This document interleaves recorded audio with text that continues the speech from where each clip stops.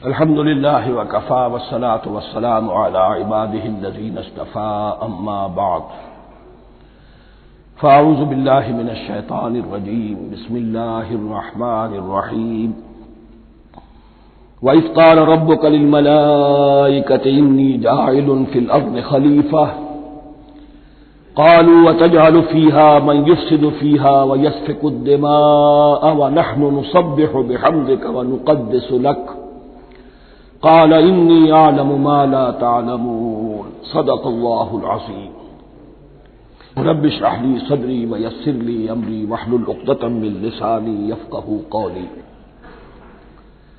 جیسا کہ میں نے عرض کیا تھا، سورہ بقرہ کے پہلے 4 رکوع نہایت اہم ہیں، نہایت جامع ہیں۔ پہلے 2 رکوعوں میں 3 قسم کے انسانوں کی وضاحت کی گئی، 3 قسم کے کردار کے نقشے کھینچ دیے گئے۔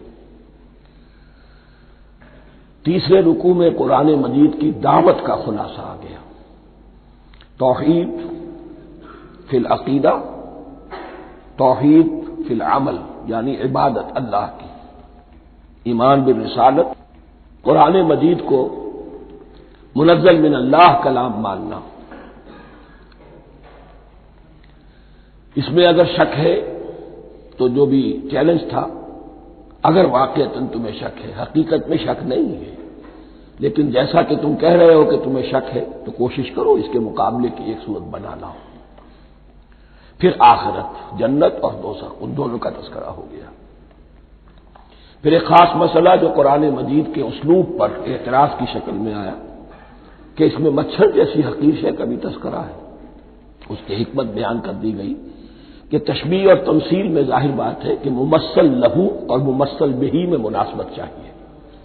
جس چیز کے لیے تمثیل بیان کی جا رہی ہے، جس شے سے تمثیل بیان کی جا رہی ہے، ان میں مناسبت ہونی چاہیے، اس میں عظیم یا حقیر کا کوئی سوال نہیں۔ پھر یہ بات کہ جن لوگوں کے دلوں میں زیغ ہے، کجی ہے، وہ اس قرآن سے بھی ان کی ضلالت میں، گمراہی میں اضافہ ہوگا۔ جو لوگ طالب حق ہیں ان کو یہ قرآن مجید ہدایت دے گا، اور کن کو اللہ گمراہ کرتا ہے؟ جو سرکش ہے، جو نمبر 1 اللہ سے جو عہد کر کے دنیا میں آئے تھے اس کی خلاف ورزی کر رہے ہیں اور صلہ رحمی کے بجائے قطع رحمی کرتے ہیں۔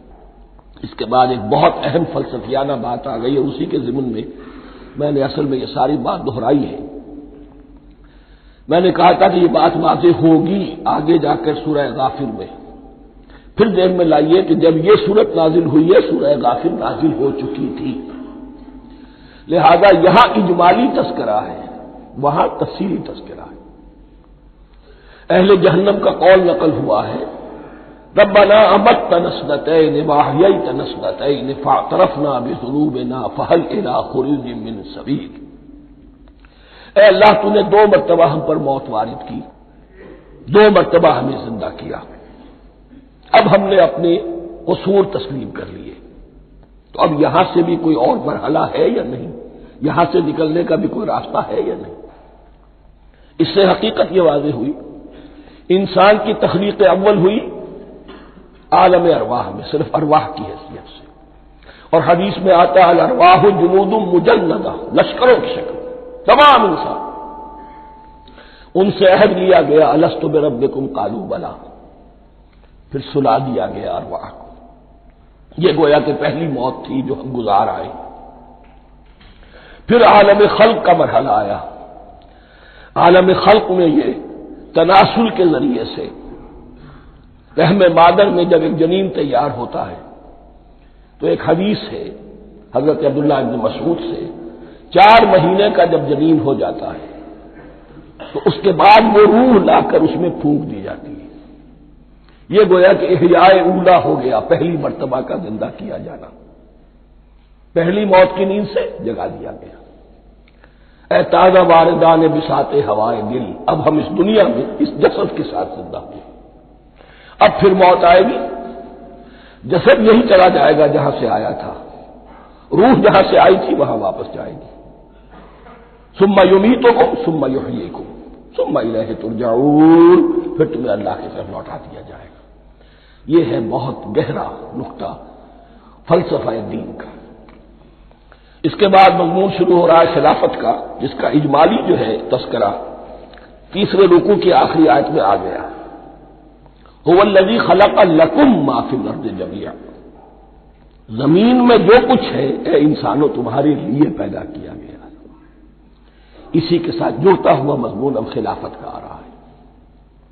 وَإِذْ قَالَ رَبُّكَ لِلْمَلَائِكَةِ إِنِّي جَاعِلٌ فِي الْأَرْضِ خَلِيفَةً، اور یاد کرو جب کہ کہا تھا تمہارے رب نے فرشتوں سے، میں بنانے والا ہوں زمین میں ایک خلیفہ۔ اب خلیفہ کی حقیقت کو سمجھیے، خلیفہ کسے کہتے ہیں؟ نائب۔ عام طور پر لوگوں کو مغالطہ ہوتا ہے کہ خلیفہ جانشین جو ہے وہ تو کسی کے موت کے بعد ہوتا ہے، زندگی میں تو نہیں ہوتا۔ لیکن یہاں اصل میں ہمارے لیے بہت آسان ہے، انسان کی جو اصل حقیقت ہے اس دنیا میں اس کو سمجھنے کے لیے یوں سمجھیے کہ ہم آج سے 50 سال پہلے انگریز کے غلام تھے۔ ہمارا بادشاہ یا ملکہ انگلستان میں تھا یا تھی۔ دہلی میں وائس رائے ہوتا تھا۔ وائس رائے کا کام کیا ہے؟ جو حکم آیا ہے ہز میجسٹیز گورنمنٹ کا یا ہر میجسٹیز گورنمنٹ کا جو حکم آیا ہے بلا چون و چرا، بغیر کسی تغیر و تبدل کے نافذ کرے۔ ہاں جہاں کوئی حکم وہاں سے نہیں ہے تو یہاں کے حالات میں بہترین اپنی رائے قائم کرے، غور و فکر کرے، یہاں کی مصلحتیں کیا ہے۔ جو چیز بھی امپائر کی مصلحت میں ہو اس کے مطابق فیصلہ کر سکتا ہے۔ بین ہی یہی رشتہ ہے۔ اللہ ہے لیکن اللہ نے اپنے آپ کو غیب کے پردے میں چھپا لیا ہے۔ زمین پر انسان ہے، اب انسان کا کام یہ ہے جو ہدایت آ رہی ہے اللہ کی طرف سے اس پر تو بے چون و چرا عمل کرے۔ جہاں کوئی ایکسپریس ہدایت نہیں ہے، کوئی واضح ہدایت نہیں ہے، وہاں اپنے بیسٹ ججمنٹ کو ایکسرسائز کرے۔ اسی کا نام اجتہاد ہے۔ غور و فکر کرے، سوچے، اور جو بات روح دین کے زیادہ سے زیادہ مطابقت رکھنے والی ہو اس کو اختیار کرے۔ بین ہی یہی رشتہ ہے در حقیقت، رشتہ خلافت کہ جو اللہ اور انسان کے مابین ہے۔ اب یہ جو دی گئی ہے یہ حیثیت تمام انسانوں کو دی گئی ہے۔ پوٹینشلی ہر انسان اللہ کا خلیفہ ہے، لیکن جو اللہ کا باغی ہو جائے، جو خود حاکمیت کا مدعی ہو گیا، گویا کہ وہ باغی ہے۔ اب اگر شاہجہان بادشاہ تھا، اس کا کوئی ولی عہد تھا، اور ولی عہد جو ہے صبر نہیں کر سکتا، اپنے باپ کی زندگی ہی میں بغاوت کر دیتا ہے، حکومت حاصل کرنا چاہتا ہے، تو اب وہ کیا ہے؟ واجب القتل ہے۔ جو لوگ بھی حاکمیت کے مدعی ہو گئے، ویسے تو حقیقت واجب القتل ہے، لیکن دنیا میں مہلت دی ہے اللہ نے، یہ دارالامتحان ہے، فوراً قتل نہیں کرتا، فوراً ختم نہیں کرتا۔ وَلَوْلَا كَلِمَةٌ سَبَقَتْ مِن رَّبِّكَ إِلَىٰ أَجَلٍ مُّسَمًّى لَقُضِيَ بَيْنَهُمْ، اگر یہ پہلے بات طے نہ ہو چکی ہوتی، ایک وقت معین تک کے لیے انہیں مہلت اللہ نے نہ دی ہوتی تو اللہ فیصلہ چکا دیتا، لیکن مہلت دی ہے۔ لیکن کم سے کم اتنی سزا ملتی ہے کہ اب وہ خلافت کے حق سے محروم کر دیے گئے۔ گویا کہ اب خلافت دنیا میں ہوگی خلافت المسلمین، صرف وہی شخص کہ جو اللہ کو مانے اپنا حاکم مطلق، وہ خلافت کا اہل ہے۔ تو یہ چند باتیں خلافت کی اصل حقیقت کے ضمن میں یہیں پر سمجھ لیجیے۔ وَإِذْ قَالَ رَبُّكَ لِلْمَلَائِكَةِ إِنِّي جَاعِلٌ فِي الْأَرْضِ خَلِيفَةً قَالُوا أَتَجْعَلُ فِيهَا مَن يُفْسِدُ فِيهَا وَيَسْفِكُ الدِّمَاءَ وَنَحْنُ نُسَبِّحُ بِحَمْدِكَ وَنُقَدِّسُ لَكَ۔ اور یاد کرو جب کہ تمہارے رب نے کہا تھا فرشتوں سے کہ میں زمین میں خلیفہ بنانے والا ہوں، تو انہوں نے کہا کہ کیا تو بنائے گا اس میں جو فساد مچائے گا اس میں اور خوریزی کرے گا۔ وَنَحْنُ نُسَبِّحُ بِحَمْدِكَ وَنُقَدِّسُ لَكَ، ہم آپ کی تسبیح اور تحمید اور آپ کی تقدیس میں لگے ہوئے ہیں۔ قَالَ إِنِّي أَعْلَمُ مَا لَا تَعْلَمُونَ، فرمایا میں جانتا ہوں جو تم نہیں جانتے۔ اب یہاں سوال پیدا ہوتا ہے کہ فرشتوں کو یہ گمان کیسے ہوا، یہ خیال کیسے ہوا؟ دو رائے ہیں اس میں۔ ایک تو یہ کہ انسان کی تخلیق سے پہلے اس دنیا میں جنات تھے، اور انہیں بھی کچھ اللہ نے تھوڑا سا اختیار دیا تھا، اور انہوں نے یہاں فساد مچایا۔ انہی پر قیاس کرتے ہوئے فرشتوں نے سمجھا کہ انسان بھی پھر زمین میں فساد مچائے گا، خوریزی کرے گا۔ ایک دوسری اصولی بات یہ کہی گئی ہے کہ خلافت کا لفظ جب استعمال ہوا تو اس کے معنی ہے کہ کوئی نہ کوئی اختیار بھی ملے گا۔ جنات کے بارے میں خلافت کا لفظ کہیں نہیں آیا، انسان کے بارے میں آ رہا ہے۔ خلیفہ بالکل بے اختیار نہیں ہوتا، جیسا کہ میں نے عرض کیا، جہاں واضح حکم ہے تو اس کی تو تنفیذ، جہاں نہیں ہے وہاں اپنی رائے سے جتنا بھی بہتر سے بہتر سوچ سکتا ہو انسان رائے قائم کرے۔ یہ اختیار جو ہے، ظاہر بات ہے جہاں اختیار ہوگا صحیح استعمال ہونے کا بھی امکان ہے، غلط استعمال ہونے کا بھی امکان ہے۔ اختیار تو بلکہ یہ کہ آپ کا پولیٹیکل سائنس کا تو ایکسیم یہ ہے، authority tends to corrupt and absolute authority corrupts absolutely. تو ٹینڈنسی کرپشن کی ہوتی ہے اختیار کے اندر، اس بنا پر انہوں نے قیاس کیا کہ اس میں فساد ہوگا، خوریزی ہوگی۔ اللہ تعالیٰ نے فرمایا اپنی حکمتوں سے میں خود واقف ہوں، میں کیوں بنا رہا ہوں یہ میں جانتا ہوں، تم نہیں جانتے۔ وَعَلَّمَ آدَمَ الْأَسْمَاءَ كُلَّهَا، اور اللہ نے سکھا دیے آدم کو تمام کے تمام نام۔ اب اس میں بھی ایک رائے تو یہ ہے، بلکہ اس میں تقریباً اجماع ہے مفسرین کا، کہ اس سے مراد ہے تمام اشیاء کے نام، اور تمام اشیاء کے نام سے مراد ہے ان کی حقیقت کا علم۔ ہیومن نالج جو ہے، اگر آپ اس کا تجزیہ کریں گے تو وہ یہی ہے کہ انسان ایک چیز کو پہچانتا ہے، پھر اس کے لیے ایک نام رکھتا ہے یا کوئی ٹرم اس کے لیے قائم کرتا ہے۔ اس نام یا ٹرم اور اس کے حوالے سے، اصطلاح کے حوالے سے بہت سے حقائق کو اپنے ذہن کے اندر محفوظ کرتا ہے۔ تو گویا کہ ان علمہ آدم الاسماء کلہا، تمام نام سکھا دیے کل مادی کائنات کے اندر جو کچھ وجود میں آنے والا تھا، ان سب کی حقیقت سے پوٹینشلی حضرت آدم کو آگاہ کر دیا۔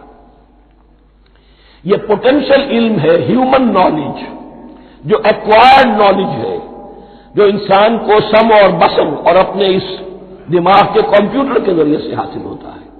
ایک ہے ریویلڈ نالج جو اللہ وحی کے ذریعے سے بھیجتا ہے، ایک ہے ایکوائرڈ نالج، انسان خود علم حاصل کرتا ہے۔ اس نے آنکھوں سے دیکھا، کان سے سنا، نتیجہ نکالا، اور اس کمپیوٹر نے اس کو پروسیس کیا، اس نتیجے کو کہیں میموری کے اندر سٹور کر لیا۔ یہ کمپیوٹر ہے بہت بڑا۔ پھر کچھ اور دیکھا، کچھ اور سنا، کچھ چھو کر معلوم ہوا، کچھ چکھ کر معلوم ہوا، کچھ سونگ کر معلوم ہوا، کوئی اور نتیجہ نکلا، اسے وہ پاس میموری کے ساتھ اس کو ٹیلی کیا اور نتیجہ نکالا۔ اس طرح رفتہ رفتہ ان السمع والبصر والفؤاد کل اولئک کان عنہ مسئولا، یہ ایکوائرڈ نالج تین چیزوں سے انسان کو حاصل ہو رہا ہے، سماعت، بصارت اور یہ عقل، جو فائدہ اخذ کرتی ہے، جو اس کو پروسیس کرتی ہے، اس تمام جو سینس ڈیٹا اس کو مہیا ہوتا ہے سینس آرگن کے ذریعے سے۔ یہ علم ہے جو پوٹینشلی حضرت آدم کو دے دیا گیا، اس کی ایکسفولیشن ہو رہی ہے، اب درجہ بدرجہ وہ علم پھیل رہا ہے، بڑھ رہا ہے، اور بڑھتے بڑھتے کہاں تک پہنچے گا ہم کچھ نہیں کہہ سکتے، کہاں سے کہاں پہنچ گیا انسان۔ اس نصف صدی کے اندر علم انسانی میں جو ایکسپلوژن ہوا ہے، میں اور آپ اس کا تصور تک نہیں کر سکتے۔ اکثر بڑے بڑے جو سائنسدان ہیں انہیں تصور نہیں ہے، اس لیے کہ ایک شخص اپنی لائن فزکس کے بارے میں جانتا ہے کیا کچھ ہو گیا، یا فزکس کی بھی کسی شاخ کے بارے میں جانتا ہے، باقی دوسری جو لائن ہے اسے کچھ پتہ نہیں۔ اسپیشلائزیشن کا دور ہے، لہذا جو ایکسپلوژن کہا جائے، دھماکہ ہوا ہے علم کا، اس کا کوئی اندازہ نہیں ہے ہمارے پاس، اور کس تیزی کے ساتھ وہ چیز آگے بڑھ رہی ہے، کس تیزی کے ساتھ ایک چیز آج جو ایجاد ہوئی چند دنوں کے اندر اندر اس کے بعد اس کا نیا کوئی ورژن آ جاتا ہے اور یہ چیز جو آبسولیٹ ہو جاتی ہے۔ کمیونیکیشن کے اندر جو انقلاب عظیم برپا ہوا ہے، تو آپ یہ سمجھیے کہ اقبال نے جو شعر کبھی کہا تھا کہ عروج آدم خاکی سے انجم سہمے جاتے ہیں، کہ یہ ٹوٹا ہوا تارا مہ کامل نہ بن جائے، اور یہ مہ کامل بنے گا کب؟ جب دجال کی شکل اختیار کرے گا۔ دجال کون ہوگا؟ جو ان تمام قواعد طبیعہ کے اوپر قابو پا لے گا، جب چاہے گا جہاں چاہے گا بارش برسائے گا، رزق کے تمام خزانے اپنے ہاتھ میں لے لے گا، جو اس کے اوپر ایمان لائے گا اسی کو ملے گا، کسی اور کو نہیں ملے گا، اس کی آواز پوری دنیا میں سنائی دے گی، وہ چند دنوں کے اندر پوری دنیا کا چکر لگا لے گا۔ یہ ساری چیزیں جو حدیث میں دجال کے بارے میں آئی ہیں وہ اسی علم آدم ایکوائرڈ نالج کے اس حد کو پہنچ جانا کہ وہ ٹوٹل مسٹریز نیچر کی جو ہے وہ اس پر منکشف ہو جائے اور ان قواعد طبیعہ کو وہ ہارنس کر لے، قابو میں لے آئے اور انہیں استعمال کرے۔ کبھی جب ہمارے کسی بہت 200-300ویں کوئی پیڑھی میں کوئی ہمارے جد امجد ہوں گے جنہوں نے کوئی چٹان دیکھی کہ گری، پتھر پر پتھر ٹکرایا تو آگ اس میں سے شعلہ نکلا، اس کا یہ مشاہدہ کافی ہو گیا آگ پیدا کرنے کے لیے، پتھروں کو ٹکراؤ آگ پیدا کر لو۔ یہ اس دور کی سب سے بڑی ایجاد تھی، آگ، انرجی۔ اب وہ انرجی کہاں سے کہاں پہنچی، وہ آگ نے بھاپ کی شکل اختیار کی، پھر ہم نے بجلی ایجاد کی، اور کب کیا ہے، ایٹمک انرجی ہے اور ڈبل کیا کیا ہے، اللہ اعلم۔ اس تمام چیزوں کا تعلق ہے خلافت ارضی کے ساتھ، لہذا فرشتوں کو جو بتایا گیا وہ یہ ہے کہ آدم کو علم بھی دیا جا رہا ہے، صرف اختیار ہی نہیں دیا جا رہا، علم دیا جا رہا ہے۔ وَعَلَّمَ آدَمَ الْأَسْمَاءَ كُلَّهَا ثُمَّ عَرَضَهُمْ عَلَى الْمَلَائِكَةِ، پھر ان تمام اشیاء کو پیش کیا فرشتوں کے سامنے۔ فَقَالَ أَنبِئُونِي بِأَسْمَاءِ هَؤُلَاءِ، اور فرمایا کہ مجھے بتاؤ ان چیزوں کے نام، ان کنتم صادقین، اگر تم سچے ہو۔ قالوا سبحانك لا علم لنا الا ما علمتنا، انہوں نے کہا پروردگار تو پاک ہے ہر نقص سے، ہر عیب سے، ہر ذوف سے، ہر احتیاج سے، مبرہ ہے، منزہ ہے، اعلیٰ ہے، عرفہ ہے۔ لا علم لنا الا ما علمتنا، ہمیں کوئی علم حاصل نہیں سوائے اس کے جو تو نے ہمیں سکھا دیا ہے۔ اس کی تعبیر یہی بہتر معلوم ہوتی ہے کہ ملائکہ کی حیثیت در حقیقت اس کائناتی جو حکومت ہے اللہ کی آفاقی حکومت،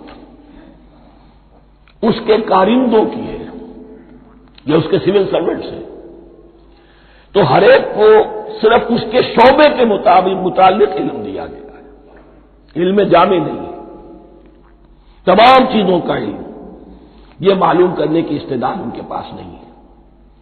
کوئی فرشتہ فرض کیجئے بارش کے اوپر معمور ہے، کوئی پہاڑوں پر معمور ہے، جس کا ذکر سیرت میں آتا ہے کہ جب طائف میں حضور پر پتھراؤ ہوا ہے تو اس کے بعد ایک فرشتہ حاضر ہوا ہے کہ میں ملک الجبال ہوں، اللہ نے مجھے پہاڑوں پر معمور کیا ہوا ہے، آپ اگر فرمائیں تو جن لوگوں نے آپ کو ستایا ہے، یہ جو طائف جن دو پہاڑوں کے درمیان یہ وادی ہے، ان کو آپس میں ٹکرا دو کہ یہ پس کر اور سرما بن جائے۔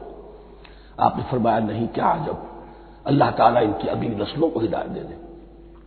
تو فرشتے ہیں، کوئی پہاڑوں پر معمور ہے، کوئی کسی خدمت پر معمور ہے، ان کو علم دیا گیا ہے صرف انہی کی اپنی جو بھی فرائض منصبی ہیں ان کے شعبے سے متعلق، کل نہیں۔ جامعیت جو ہے علم کی وہ ہے کہ جو حضرت آدم علیہ السلام کو پوٹینشلی دے دی گئی اور جو اب بڑھتے بڑھتے ایک بہت چرامر درخت بن چکا ہے۔ سبحانک لا علم لنا الا ما علمتنا انک انت العلیم الحکیم، یقیناً آپ ہی کی ذات ہے جو کل کے کل علم کی حامل ہے اور جس کے اوپر حکمت بھی، جس کی حکمت بھی کامل ہے، باقی تو ہر مخلوق میں سے ہر ایک کا علم ناقص رہے گا۔ العلیم، کل علم کا جاننے والا تو تو ہی ہے، الحکیم، کل حکمت وہ تو تیرے ہی پاس ہے۔ قال یا آدم انبئہم باسمائہم، اللہ نے فرمایا کہ آدم ان کو بتاؤ ان کے نام۔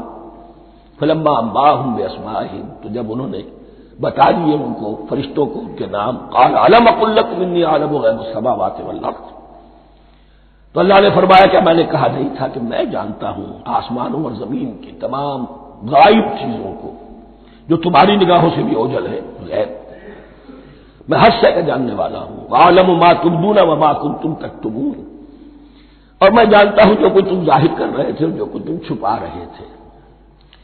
چھپانے میں محسوس ہوتا ہے کہ ان کی خواہش یہ تھی کہ خلافت ہمیں ملے، ہم خدام ادب ہیں، ہر وقت تسبیح و تحمید اور تقدیس میں مصروف ہیں، جو حکم ملتا ہے بجا لاتے ہیں، تو یہ خلافت کسی اور مخلوق کو کیوں ملے؟ یہاں صرف یہ اور بتا دوں کہ یہ چونکہ اب ایک تیسری مخلوق کا ذکر بھی بعد میں آئے گا، 3 صاحب تشخص مخلوقات ہیں اللہ کی، صاحب تشخص، صاحب شعور، جن میں میں کا شعور ہے، انا، میں۔ ایک ملائکہ ہے، ان کی تخلیق نور سے ہوئی ہے۔ ایک انسان ہے جن کی تخلیق گارے سے ہوئی ہے۔ ایک جنات ہیں جن کی تخلیق آگ سے ہوئی ہے۔ باقی حیوانات ہیں، ان میں شعور تو ہے، خود شعور ہی نہیں ہے۔ Self consciousness, this is world of difference between consciousness and self consciousness. انسان جب دیکھتا ہے تو اس کو یہ بھی معلوم ہے میں دیکھ رہا ہوں۔ کتا بلا دیکھتا ہے، اسے یہ اندازہ نہیں ہوتا کہ میں دیکھ رہا ہوں، دیکھنے کا ایک نتیجہ ہے جو نکل آتا ہے، لیکن میں کا وجود نہیں ہے۔ یہ انا، سیلف، ایگو، یہ انسان میں ہے، جنات میں ہے، شعور میں اور فرشتوں میں ہے۔ ایک نوری مخلوق، ایک ناری مخلوق، ایک زمین کے اس کرسٹ میں، یہ جو مٹی اور گارے، مٹی اور پانی کا جو ملغوبہ ہے گارے کی شکل میں، اس سے بنا ہے۔ قال يا آدم انبئهم باسمائهم فلما انباهم باسمائهم قال الم اقل لكم اني اعلم غيب السماوات والارض واعلم ما تبدون وما كنتم تكتمون واذ قلنا للملائكه اسجدوا لآدم فسجدوا الا ابلیس۔ اور یاد کرو جب کہ ہم نے کہا فرشتوں سے سجدہ کرو سب کے سب آدم کو، جھک جاؤ آدم کے سامنے، فسجدوا، ان سب نے سجدہ کیا، الا ابلیس، سوائے ابلیس کے۔ پہلی بات تو یہ سمجھیے کہ تمام ملائکہ کے سجدے کی ضرورت کیا تھی؟ کیا یہ صرف تعظیماً تھا؟ اور تعظیماً اگر تھا تو کیا آدم خاکی کی تعظیم تھی یا کسی اور شے کی تعظیم تھی؟ مکی صورتوں میں یہ بات 2 جگہ واضح کی گئی ہے۔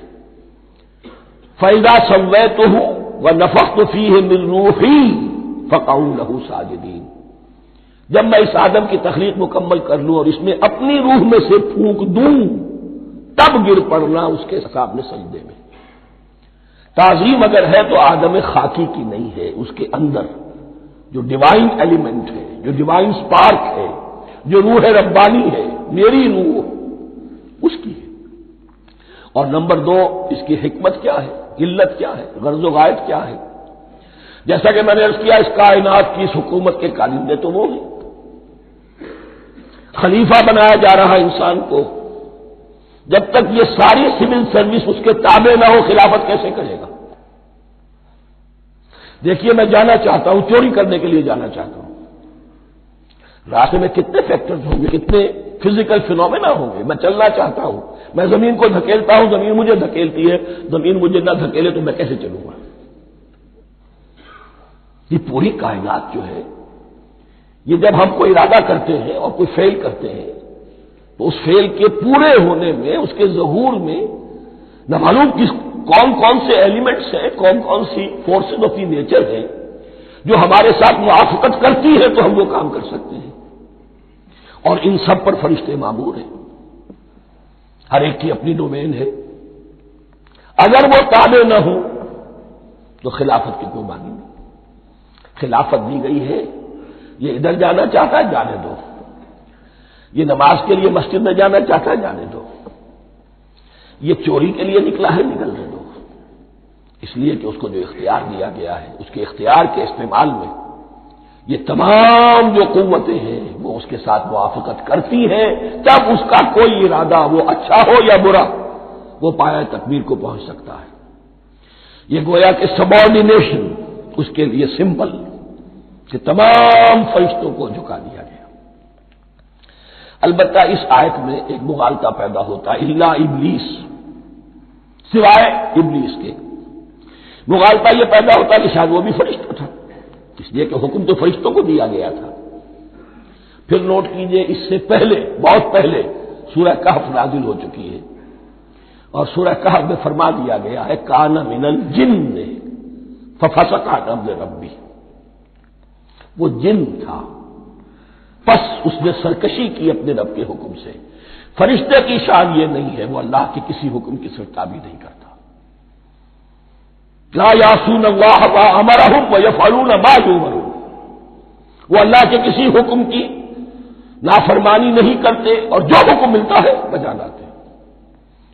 یہ جنات کے اندر اختیار تھا، جیسے اختیار انسانوں کو دیا گیا ہے. جنات میں نیک بھی ہے، بد بھی ہے، اعلیٰ بھی ہے، ادنا بھی ہے، جیسے انسانوں میں.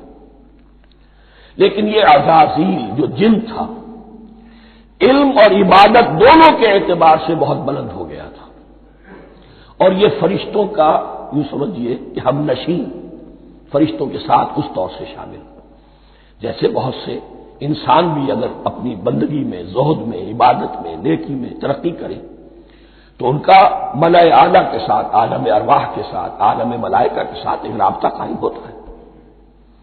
اسی طریقے سے وہ جو عزازیل تھا، جن ہونے کے باوجود اپنی نیکی، عبادت، پارسائی اور اپنے علم میں فرشتوں سے بہت آگے تھا.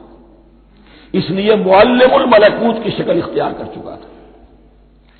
اس کو اپنی زون تھا. یہ بات جیسا کہ میں نے عرض کیا 7 مرتبہ قرآن میں یہ بات آئی ہے، قصہ ابلیس و آدم، کہ فرشتوں کو حکم ہوا کہ سجدہ کرو، سب جھک گئے، ابلیس نے سجدے سے انکار کر دیا 7 مرتبہ. یہ 7ویں مرتبہ ہے جو ہم پڑھ رہے ہیں. مصحف میں پہلی مرتبہ آ رہا ہے، ترتیب نزول میں 7ویں مرتبہ آ رہا ہے. یہ آدم و ابلیس کا قصہ اس سے آگے سورہ اعراف میں آئے گا، پھر سورہ ہجر میں آئے گا، سورہ بنی اسرائیل میں آئے گا، سورہ کہف میں آئے گا، سورہ طٰہٰ میں آئے گا، سورہ صاد میں آئے گا. 6 مرتبہ مکی قرآن میں، 1 مرتبہ یہاں. تو یہاں اشارہ نہیں کیا، اس لیے مغالطہ ہو سکتا ہے. لیکن یہ کہ سورہ کہف میں آپ کو بتا چکا ہوں، کان من الجن ففسق عن امر ربی، اس نے اپنے رب کے حکم سے سرتابی کی. نام اس کا عزازیل تھا. ابلیس اس کا صفاتی نام ہے اب، اس لیے کہ اب ابلیسوں کے معنی ہوتے ہیں مایوس ہو جانا. یہ اللہ کی رحمت سے بالکل مایوس ہے، اور مایوس جو ہو جائے وہ شیطان ہو جاتا ہے. اب میرا تو چھٹکارا نہیں ہے، جتنوں کو برباد کر سکوں کروں. میری تو عاقبت خراب ہو چکی ہے، جتنوں کو اپنے ساتھ، ہم تو ڈوبے ہیں سنم، تم کو بھی لے ڈوبیں گے. اب وہ شیطان اس معنی میں کہ انسان کی عداوت اس کی گھٹی میں پڑ گئی. اس نے اللہ سے پھر اجازت بھی لی کہ مجھے مہلت دے دے، یوم یبعثون، قیامت تک کے دن کے لیے، تو میں ثابت کر دوں گا کہ یہ آدم اس رتبے کا حقدار نہ تھا، مستحق نہ تھا جو اسے دیا گیا. انا خیر منہ، میں اس سے بہتر ہوں. خلقتنی من نار وخلقتہ من طین، تو نے مجھے آگ سے بنایا، اسے گارے سے بنایا. لیکن یہ تکبر ہے در حقیقت کہ جس نے اسے راندہ درگاہ حق کر دیا. وَإِذْ قُلْنَا لِلْمَلَائِكَةِ اسْجُدُوا لِآدَمَ فَسَجَدُوا إِلَّا إِبْلِيسَ أَبَىٰ وَاسْتَكْبَرَ.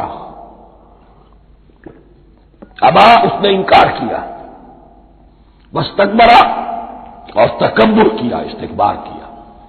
وَكَانَ مِنَ الْكَافِرِينَ.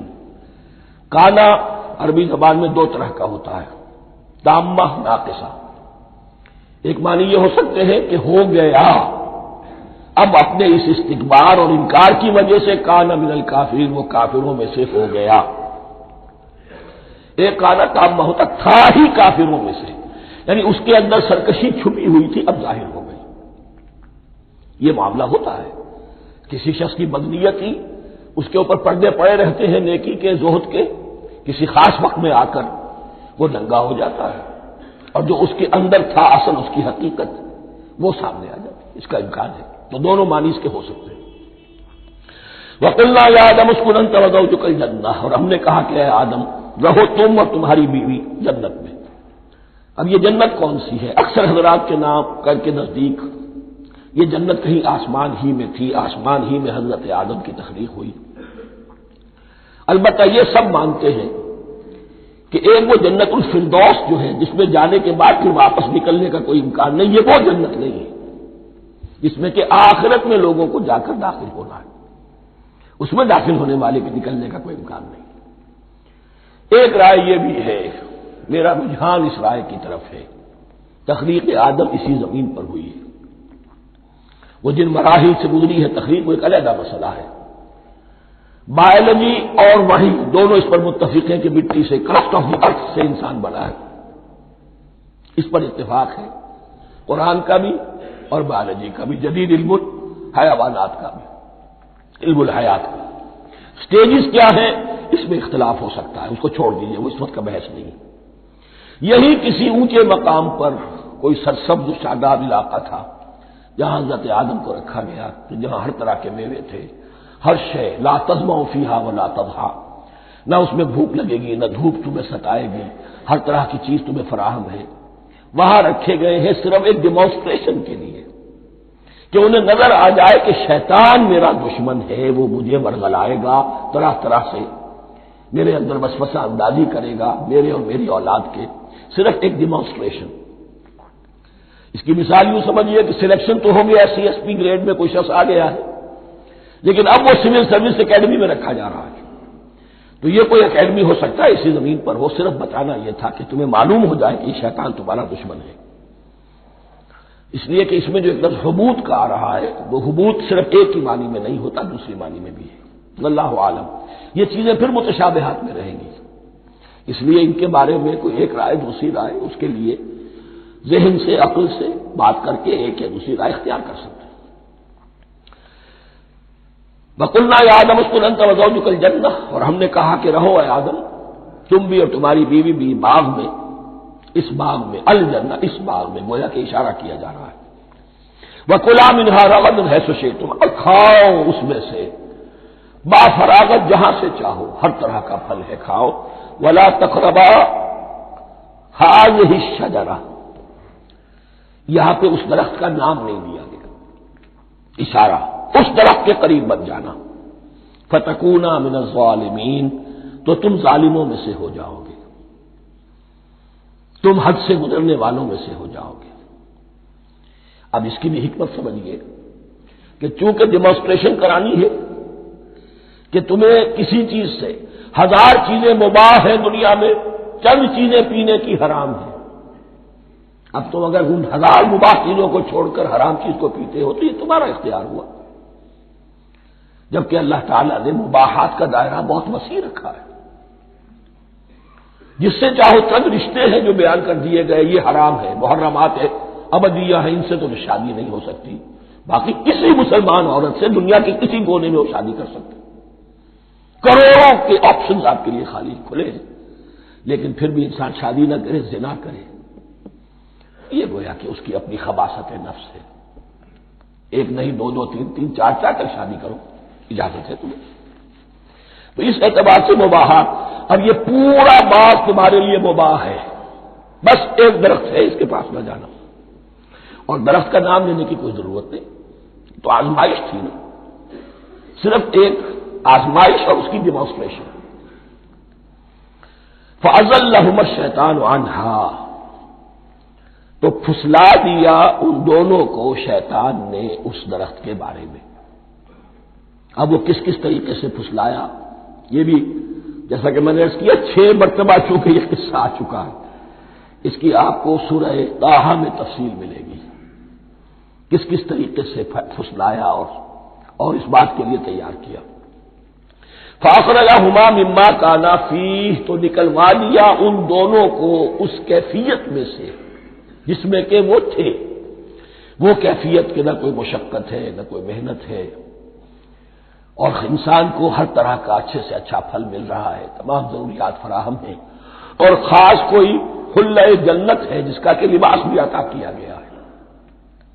لیکن ان کیفیات سے اب نکال کر، اب جسے آپ کہیں گے بٹر فیکٹس آف لائف، اچھا اب جاؤ، یہ ڈیمانسٹریشن کرنی تھی، ہو گئی۔ شیطان تمہارا دشمن ہے، تمہارا اور تمہاری نسل کا، شیطان لعین، اور وہ تمہیں پھسلائے گا جیسے آج پھسلایا ہے۔ تم آگاہ رہنا اس کی شرارتوں سے۔ ان الشیطان لکم عدو فاتخذوہ عدوا، یہ شیطان تمہارا دشمن ہے، اسے اپنا دشمن ہی سمجھو۔ لیکن یہ ہے کہ اگر کچھ لوگ اسے دوست بنا لیں، اس کے ایجنٹ بن جائیں، اس کے کارندے بن جائیں، یہ ان کا چوائس ہے جس کی سزا انہیں ملے گی۔ فَأَخْرَجَهُمَا مِمَّا كَانَا فِيهِ وَقُلْنَا اهْبِطُوا بَعْضُكُمْ لِبَعْضٍ عَدُوٌّ، اور ہم نے کہا اترو، تم سب ایک دوسرے کے دشمن ہوگے. اب یہ چونکہ جمع کا صیغہ آیا ہے، ایک دوسرے کے دشمن ہوگے، تو ایک دشمنی تو شیطان اور آدم اور ذریت آدم کی ہے. ایک اور دشمنی بھی ہے جو انسان میں مرد اور عورت کے مابین ہے. عورت بھی پھسلاتی ہے، غلط راستے پر ڈالتی ہے. مرد عورتوں کو گمراہ کرتے ہیں، عورتیں مردوں کو گمراہ کرتی ہیں. قرآن مجید میں کہا گیا یا ایھا الذین آمنوا ان من ازواجکم واولادکم عدوا لکم فاحذروہم. اہل ایمان چوکنے رہو، چوکس رہو، تمہاری بیویوں اور اولاد میں سے تمہارے دشمن ہیں، بچ کر رہو. کیپ الرٹ، کہیں ان کی محبت تمہیں راہ حق سے منحرف نہ کر دے. تم ایک اچھا کام کرنا چاہتے ہو، بیوی رکاوٹ بن گئی. بیوی کو اچھا کام کرنا چاہتی، شوہر رکاوٹ بن گیا. تو یہ محبت نہیں ہے، یہ عداوت ہے. اس حوالے سے بعضکم لبعض عدو ولکم فی الارض مستقر ومتاع الی حین. اور تمہارے لیے اب زمین میں مستقر ہے، جائے قیام ہے، اور متاع ہے، ضرورت کی چیزیں ہیں، ہم نے فراہم کر دی ہیں. الی حین، لیکن ایک وقت معین تک کے لیے. یہ ابدی نہیں ہے، ایک وقت آئے گا یہ بساط ہم لپیٹ دیں گے. یوم نطوی السماء کطی السجل للکتب، جس دن کے ہم تمام فضاؤں کو اور تمام خلاؤں کو، تمام آسمانوں کو اس طرح لپیٹ لیں گے جیسے کتابوں کا طوبار لپیٹ دیا جاتا ہے. ایک وقت آئے گا. یہ تخلیق الی اجل مسمى ہے، الی حین ہے. فتلقى آدم من ربه کلمات فتاب علیہ. تو سیکھ لیے، حاصل کر لیے آدم نے اپنے رب سے کچھ کلمات، تو اللہ نے ان کی توبہ قبول کر لی. اب اس کی وضاحت سورہ اعراف میں ہے. یہ تو چونکہ پس منظر میں وہ 2/3 قرآن موجود ہے. اس کی وضاحت کیا ہے کہ حضرت آدم میں سخت پشیمانی پیدا ہوئی ہے، میں نے کیا کیا، مجھ سے خطا سرزد ہو گئی، اللہ کے حکم کی میں نے خلاف ورزی کی.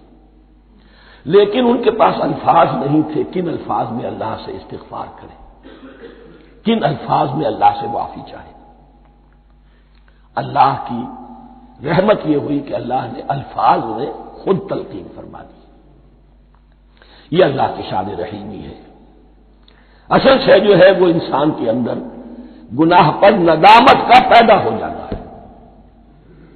یہ اصل توبہ ہے.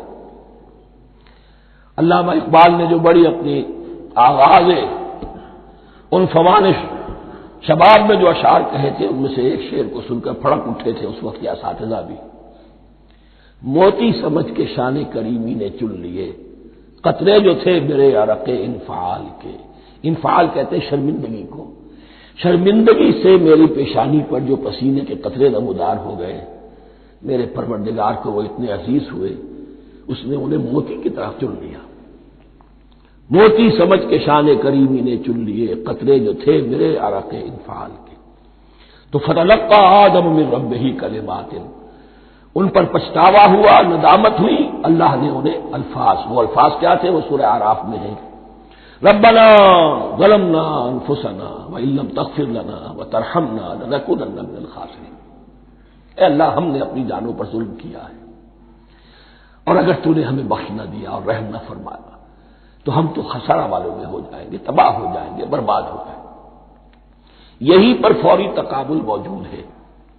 غلطی ابلیس سے بھی ہوئی، حکم سے سرتابی ہوئی، لیکن اس پر ندامت نہیں ہوئی. تکبر کی بنا پر اور اکڑ گیا، انا خیر منہ. غلطی آدم سے بھی ہوئی، نافرمانی ہوئی، لیکن اس پر پشیمان ہوئے اور توبہ کی. وہ شیطنت ہے، یہ آدمیت ہے. ورنہ کوئی انسان گناہ سے اور معصیت سے مبرہ نہیں ہے. حضور کی ایک حدیث ہے، کل بنی آدم کلکم خطاؤون، کل بنی آدم خطاؤون وخیر الخطائین التوابون. آدم کے تمام اولاد، تمام انسان خطا کار ہیں. ان خطا کاروں میں بہتر وہ ہیں، اچھے وہ ہیں جو توبہ کرتے ہیں. تو یہاں حضرت آدم سے غلطی ہوئی، انہوں نے توبہ کی، پشیمانی ہوئی، ندامت ہوئی. اس نے کی اور اس پر جم گیا. اصرار کیا. فتلقى آدم من ربه كلمات فتاب عليه انه هو التواب الرحیم. یقیناً وہی تو ہے بہت توبہ کو قبول فرمانے والا اور بہت رحم فرمانے والا.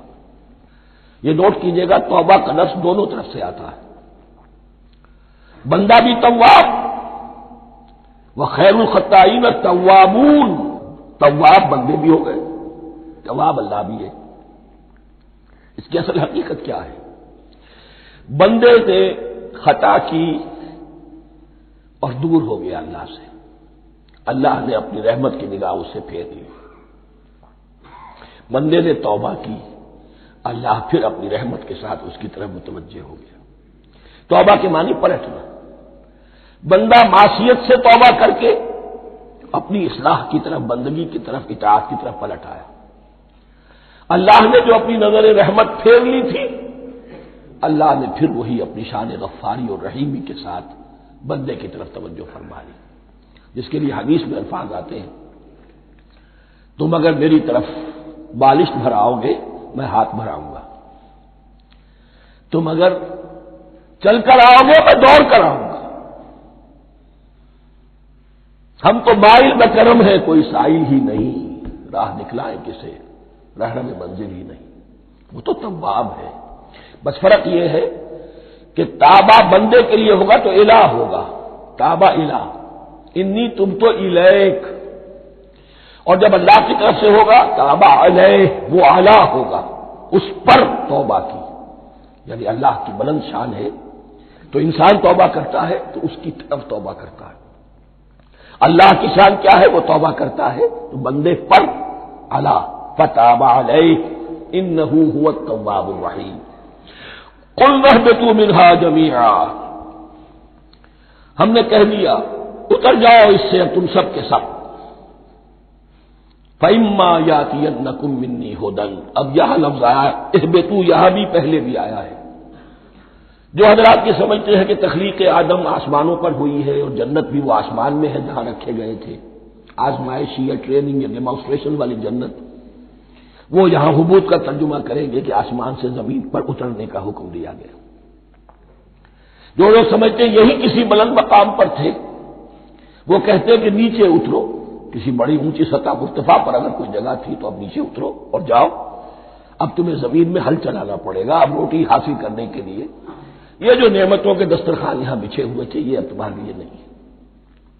اس کے لیے اس معنی میں اس لفظ کا استعمال جو ہے وہ آ جائے گا آگے چل کر اسی سورہ بقرہ کے اندر، کہ اس معنی میں بھی سورہ بقرہ کے 7ویں رکوع میں یہ لفظ استعمال ہوا ہے.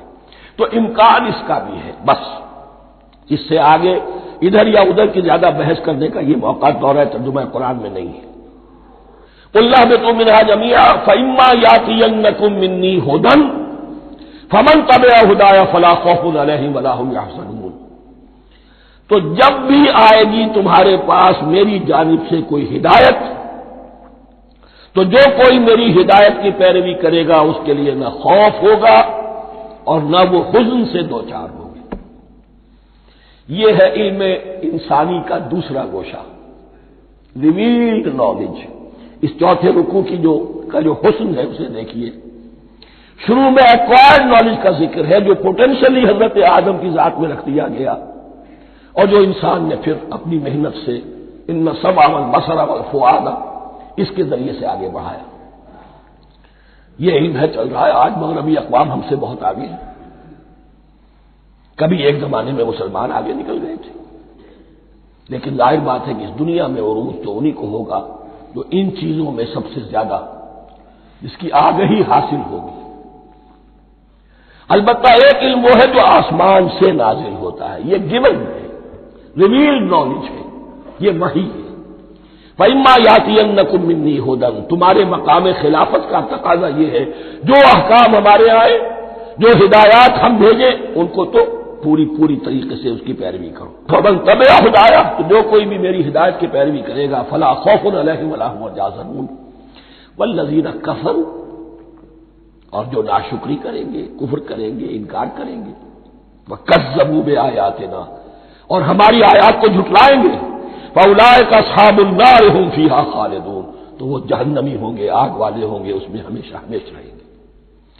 یہ ہے گویا کہ چارٹر، اس نوع انسانی کو جو ابدی چارٹر اللہ نے دیا ہے، جبکہ زمین کا چارج دے دیا گیا خلیفہ کی حیثیت سے۔ یہاں یہ 4 رکوع جو ہے سورہ بقرہ کے، جو میں نے عرض کیا تھا، قرآن کی دعوت، قرآن کا بنیادی فلسفہ، اس پر یہ جام ہے، اور یہ مکی صورتوں کے مضامین کا خلاصہ۔ اب یہاں سے شروع ہو رہا ہے 5ویں رکوع سے مسلسل 10 رکوع، مسلسل خطاب ہے بنی اسرائیل سے۔ البتہ ان میں ایک تقسیم ہے، پہلے رکوع میں دعوت ہے۔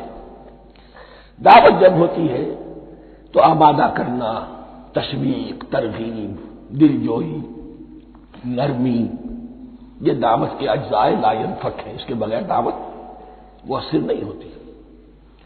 لہذا ان 7 آیات میں یہ یوں سمجھیے کہ ان 10 رکوعوں کے لیے یہ بمنزلہ فاتحہ ہے، جیسے سورہ فاتحہ 7 آیتوں کی، ایسے ہی اس دعوت سابقہ امت مسلمہ کو دعوت دی جا رہی ہے۔ تو کس طرح دی جا رہی ہے؟ یہ کون تھے؟ یہ بھی مسلمان ہی تو تھے نا، کافر تو ہو گئے حضور کا انکار کر کے، ورنہ وہ موسیٰ کے ماننے والے، شریعت ان کے پاس، بڑے بڑے علماء ان میں، علم کا چرچا ان میں، سب کچھ تھا، ان کو دعوت دی جا رہی ہے۔ لیکن میں اس لیے آپ کو چاہتا ہوں، اس کو توجہ دلا رہا ہوں، آج اگر مسلمانوں میں جو غافل ہو گئے، اپنی حقیقت کو بھول گئے، اپنے فرض منصبی سے غافل ہو گئے، دنیا کی اور قوموں کی طرح کی ایک قوم بن کر رہ گئے، اگر کوئی ایک داعی گروہ کھڑا ہو، کوئی جماعت، کوئی فرد، اور اس سے جماعت بنے، تو ظاہر بات ہے سب سے پہلے اسے اسی امت کو دعوت دینی ہوگی، اس لیے کہ دنیا تو اسلام کو پہچانے گی اس امت کے حوالے سے۔ فزیشین ہیل بائی سیلف، پہلے یہ تو ٹھیک ہو، یہ کہیں پر صحیح اسلام کا نمونہ پیش کرے تو دنیا کو دعوت دے سکو گے، آؤ دیکھو یہ ہے اسلام۔ اس لیے ان کو جو دعوت دینے کا اسلوب ہونا چاہیے وہ عکس ہوگا اس اسلوب کا جو ان 7 آیات میں ہمارے سامنے آ رہا ہے۔ یا بنی اسرائیل اذکروا نعمتی التی انعمت علیکم، اے بنی اسرائیل، اسرائیل کو سمجھ لیجئے، یہ مرکب لفظ ہے، اسم، اسی سے اسیر بنا ہے، اسیر جو کسی کا قیدی ہوتا ہے۔ ایل عبرانی میں اللہ کے لیے ہے، اور اسرائیل کا ترجمہ ہے عبداللہ، اللہ کا غلام، اللہ کے ساتھ بندھا ہوا، اس کی اطاعت کے قلاتے کے اندر۔ تو یہ اسرائیل، یہ لقب ہے حضرت یعقوب علیہ السلام کا۔ ان کے 12 بیٹے تھے، 12 بیٹوں سے جو نسل چلی وہ بنی اسرائیل ہے، انہی میں حضرت موسیٰ کی بعثت ہوئی اور تورات انہیں دی گئی، پھر یہ ایک بہت بڑی امت بنے۔ ان پر 4 ادوار آ چکے تھے قرآن مجید کے نزول کے وقت تک۔ 2 مرتبہ اللہ کی رحمت کی بارشیں ہوئیں، انہیں عروج نصیب ہوا، 2 مرتبہ ان کو دنیا پرستی، شہوت پرستی، اللہ کے احکام کو پسپش ڈال دینے کی سزا میں عذاب کے کوڑے ان پر برسے۔ اس کا ذکر آئے گا سورہ بنی اسرائیل کے پہلے رکوع میں۔ اس وقت جبکہ قرآن نازل ہو رہا ہے، اس وقت وہ اپنے اس زوال کے دور میں تھے۔ حال یہ تھا کہ حضور صلی اللہ علیہ وسلم کی بعثت سے پہلے ہی 2nd ٹیمپل بھی شہید کیا جا چکا تھا، گرایا جا چکا تھا۔ حضرت سلیمان نے جو بنایا تھا ہیکل سلیمانی، جس کو یہ 1st ٹیمپل کہتے ہیں، اسے نیبوکدنیزر نے گرا دیا تھا حضرت مسیح سے بھی کئی سو سال پہلے۔ لیکن اس کے بعد پھر یہ رومنز نے سن 70 عیسوی میں حضور کی ولادت سے 500 برس پہلے ان کا یہ یروشلم تباہ و برباد ہوا، اس میں لوگوں کو قتل کیا گیا، قتل عام ہوا، اور 2nd ٹیمپل جو ہے وہ بھی گرا دیا گیا، جو اب تک گرا پڑا ہوا ہے۔ صرف ایک ویلنگ وال ہے جس کے پاس جا کر یہودی جو ہے ماتم کر دیتے ہیں، روتے ہیں، اور اب وہ بنانے پر تلے ہوئے ہیں اپنا 3rd ٹیمپل، اس کے نقشے بن چکے ہیں، بلو پرنٹ بن چکے ہیں۔ لیکن بہرحال جس وقت قرآن نازل ہو رہا تھا یہ بہت ہی پستی میں تھے۔ اس کے بارے میں فرمایا، اے بنی اسرائیل ذرا یاد کرو میرے اس انعام کو جو تم پر ہوا، وہ انعام کیا ہے؟ میں نے تمہیں اپنی کتاب دی، نبوت سے سرفراز فرمایا، اپنی شریعت تمہیں عطا فرمائی، تمہیں داؤد، تمہارے اندر داؤد اور سلیمان جیسے بادشاہ اٹھائے جو بادشاہ بھی تھے، نبی بھی تھے۔ وَأَوْفُوا بِعَهْدِی، اور میرے وعدے کو پورا کرو تاکہ میں بھی اپنے وعدے کو پورا کروں۔ یہ وعدہ ہے جو کتاب استثناء جو ہے اولڈ ٹیسٹمنٹ کی، ڈیوٹرانومی، اس کے 18ویں باب کی آیت نمبر 18-19 میں ہے۔ حضرت موسیٰ سے خطاب کر کے اس میں اللہ نے یہ الفاظ فرمائے، میں ان کے بھائیوں میں سے تیرے مانند ایک نبی برپا کروں گا اور اس کے منہ میں اپنا کلام ڈالوں گا، اور وہ وہی کچھ بتائے گا جو میں اس سے کہوں گا۔ یہ گویا کہ حضرت موسیٰ علیہ السلام کی امت کو بتایا جا رہا تھا کہ نبی آخر الزماں آئیں گے اور تمہیں انہیں قبول کرنا ہے۔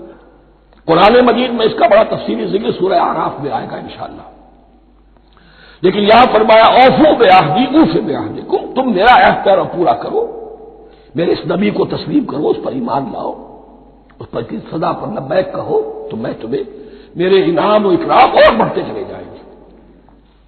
وَإِيَّايَ فَارْهَبُونِ، اور صرف مجھ سے ڈرو۔ وَآمِنُوا بِمَا أَنزَلْتُ مُصَدِّقًا لِمَا مَعَكُمْ، اور ایمان لاؤ اس پر جو میں نے نازل کیا ہے، جو تمہارے پاس جو تورات ہے اس کی تصدیق کرتے ہوئے آیا ہے۔ اس کے دو معنی ہے، ایک تو قرآن تصدیق کرتا ہے تورات کی اور انجیل کی، فیہا ھدی ونور، فیہ ھدی ونور، اور دوسرے یہ کہ قرآن اور محمد صلی اللہ علیہ وسلم ان پیشین گوئیوں کے مصداق بن کر آئے ہیں جو تورات میں تھی، ورنہ وہ پیشین گوئیاں جھوٹی ثابت ہوتی۔ ان کے مصداق کون ہے؟ قرآن اور محمد صلی اللہ علیہ وسلم، یہ دونوں معنی اس کے ہیں۔ وَآمِنُوا بِمَا أَنزَلْتُ مُصَدِّقًا لِمَا مَعَكُمْ وَلَا تَكُونُوا أَوَّلَ كَافِرٍ بِهِ، اور دیکھو تم ہی سب سے پہلے ان کا کفر کرنے والے نہ بن جاؤ۔ تمہیں تو سب کچھ معلوم تھا، تم تو منتظر تھے، تم تو آخری نبی کے انتظار میں تھے اور ان کے حوالے سے دعائیں کیا کرتے تھے کہ اللہ اس نبی آخر الزمان کے واسطے سے ہماری مدد فرما اور کافروں کے مقابلے میں ہمیں فتح عطا فرما۔ یہ آئے گا آگے چل کر اسی سورہ بقرہ کے اندر۔ لیکن اب تم ہی سب سے بڑھ کر کافر ہو گئے، تم ہی سب سے بڑھ کر دشمن ہو گئے۔ وَلَا تَكُونُوا أَوَّلَ كَافِرٍ بِهِ وَلَا تَشْتَرُوا بِآيَاتِي ثَمَنًا قَلِيلًا، اور دیکھو میری ان آیات کے عوض حقیر سی قیمت قبول نہ کرو۔ یہ آیات الہیہ ہیں، ان کو رد کر رہے ہو، کس لیے؟ ہماری مسندیں، ہماری حیثیت، ہماری چودراہٹیں، کہیں ان پر کوئی آنچ نہ آ جائے۔ حقیر سی چیزیں، یہ صرف اس دنیا کا سامان، اس کے سوا کچھ نہیں۔ وَلَا تَشْتَرُوا بِآيَاتِي ثَمَنًا قَلِيلًا وَإِيَّايَ فَاتَّقُونِ، اور صرف مجھ میں سے تقوی اختیار کرو، میرا تقوی اختیار کرو۔ وَلَا تَلْبِسُوا الْحَقَّ بِالْبَاطِلِ وَتَكْتُمُوا الْحَقَّ وَأَنْتُمْ تَعْلَمُونَ، اور نہ گڈمڈ کرو حق کے ساتھ باطل کو، اور بس چھپاؤ حق کو، ذرا حالے کہ تم جانتے ہو۔ یہ بات اچھی طرح نوٹ کرنی ہے، جانتے بوجھتے کرنا، ایک ہے مبالغے میں کرنا، وہ ضلالت ہے، گمراہی ہے۔ ایک جان بوجھ کر کرنا، حق کو پہچان کر اسے رد کرنا، یہ پھر اللہ تعالیٰ کے غضب کو دعوت دینا ہے، wrath of اللہ، اس کے غضب کو دعوت دینا ہے کہ حق کو پہچان کر اس کی نفی کی جائے۔ وَأَنْتُمْ تَعْلَمُونَ، علماء یہود قرآن مجید میں آگے چل کر آئے گا، ایسے پہچانتے تھے محمد کو اور قرآن کو جیسے اپنے بیٹوں کو، یعرفونہ کما یعرفون ابناہم، ایسے پہچانتے جیسے اپنے بیٹوں کو۔ وَأَقِیمُوا الصَّلَاةَ وَآتُوا الزَّکَاۃَ، دیکھو نماز قائم کرو، زکات ادا کرو، وَارْکَعُوا مَعَ الرَّاکِعِینَ، اور جھکنے والوں کے ساتھ جھکو۔ یہ اول تو رکوع کو انہوں نے اپنے ہاں سے خارج کر دیا تھا، ثانیاً باجماعت نماز ان کے ہاں ختم ہو گئی تھی۔ وَارْکَعُوا مَعَ الرَّاکِعِینَ، جماعت باجماعت نماز کی طرف اشارہ ہے۔ أَتَأْمُرُونَ النَّاسَ بِالْبِرِّ وَتَنْسَوْنَ أَنفُسَكُمْ، کیا تم لوگوں کو نیکی کا حکم دیتے ہو، تقویٰ کی، پارسائی کی تعلیم دیتے ہو؟ میں کہہ رہا ہوں کہ اصل میں مخاطب کون ہے؟ علماء یہود، اس آیت سے ثابت ہو گیا عالم ہمارا بھی جب بھی کھڑا ہوگا اونچے سے اونچا آواز کہے گا، اعلیٰ سے اعلیٰ بات کہے گا۔ اکثر و بیشتر کا حال یہ ہے کہ ان کا اپنا کردار دیکھیے تو کوئی مناسبت ہی نہیں اس سے کہ جو وہ بات کہہ رہا ہے، جو لوگوں کو دعوت دے رہا ہے اس پر خود عمل نہیں۔ تو یہی در حقیقت علماء یہود کا کردار بن چکا تھا۔ اتامرون الناس بالبر وتنسون انفسکم، کیا تم لوگوں کو نیکی کا حکم دیتے ہو اور خود اپنے آپ کو بھول جاتے ہو؟ وانتم تتلون الکتاب، اور یہ سب کچھ تم کر رہے ہو اس حال میں کہ کتاب پڑھتے بھی ہو، تورات پڑھتے ہو، صاحب تورات ہو۔ ہمارے بھی بہت سے علماء کا علماء سو جنہیں ہم کہتے ہیں حال یہ ہو چکا ہے، خود بدلتے نہیں قرآن کو بدل دیتے ہیں، ہوئے کس درجہ فقیہان حرم بے توفیق۔ جو صورتحال ہے صرف قرآن کا متن بچا ہوا ہے، اس کے مفہوم میں، اس کی تفسیر میں، اس کے ترجمے میں تو تحریفیں موجود ہیں، بڑی بڑی تحریفیں موجود ہیں، متن بچا ہوا ہے، وہ اس لیے کہ اللہ تعالیٰ نے اس کی حفاظت کا ذمہ لیا ہے۔ وَاسْتَعِینُوا بِالصَّبْرِ وَالصَّلَاةِ، اور مدد حاصل کرو دو چیزوں سے، صبر اور نماز۔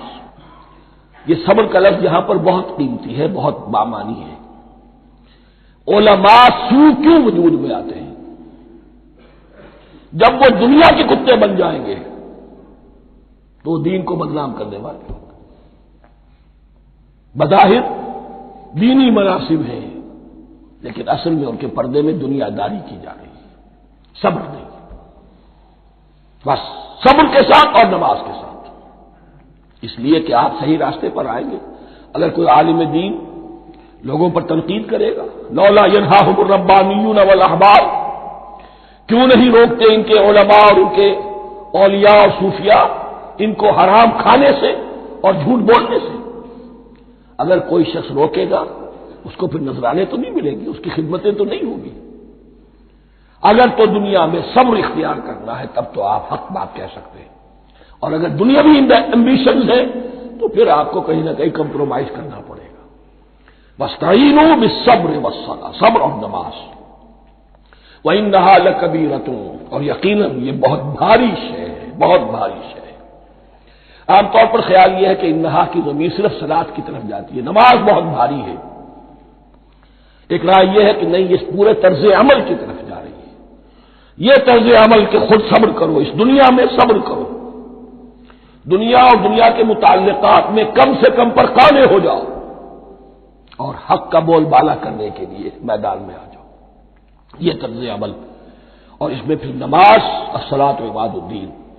وَإِنَّهَا لَكَبِیرَةٌ إِلَّا عَلَى الْخَاشِعِینَ، یہ یقیناً بہت بھاری چیز ہے، یہ روش، یہ رویہ بھی بہت بھاری اور نماز بھی بہت بھاری ہے، سوائے ان خشوع رکھنے والوں کے، ڈرنے والوں کے، جن کے دل جھک گئے ہیں اللہ کے سامنے۔ الذین یظنون انہم ملاقو ربہم، جنہیں یہ یقین ہے کہ انہیں اپنے رب سے ملاقات کرنی ہے، جیسا کہ میں نے شروع میں توجہ دلائی تھی، وبالآخرۃ ہم یوقنون، یہ ایمان بالآخرت ہے جو انسان کو سیدھا رکھتا ہے عمل کے میدان میں۔ الذین یظنون انہم ملاقو ربہم وانہم الیہ راجعون، اور جنہیں یہ یقین ہے کہ بالآخر اسی کی طرف ہمیں لوٹنا ہے۔ بارک اللہ لی ولکم فی القرآن العظیم ونفعنی وإیاکم بالآیات والذکر الحکیم۔